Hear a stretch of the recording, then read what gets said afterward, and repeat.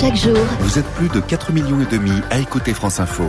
Touba est un quartier de Jérusalem, dans la partie annexée de la ville, planté en face d'une colonie qui a avalé dans son développement le seul terrain de foot de ce quartier.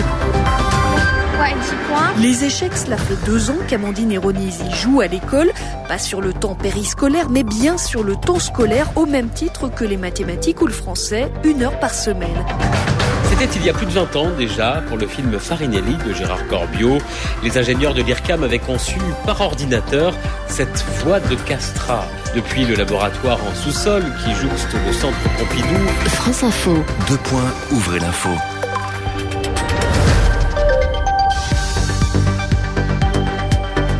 France Info. 14h, 17h. Julien Mock.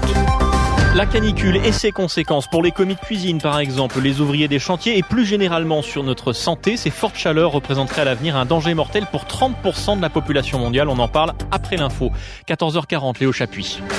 La participation du MoDem au gouvernement n'est pas remise en cause. Voilà ce que dit François Bayrou qui minimise après la démission surprise de Sylvie Goulard.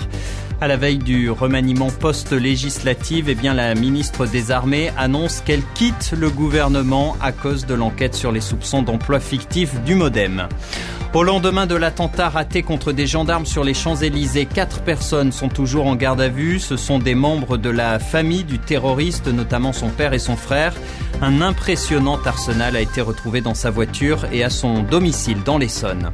Dans le Pas-de-Calais, les routiers réclament des mesures d'urgence pour éviter un nouveau drame. Le chauffeur d'une camionnette a été tué ce matin dans un accident provoqué par un barrage de migrants.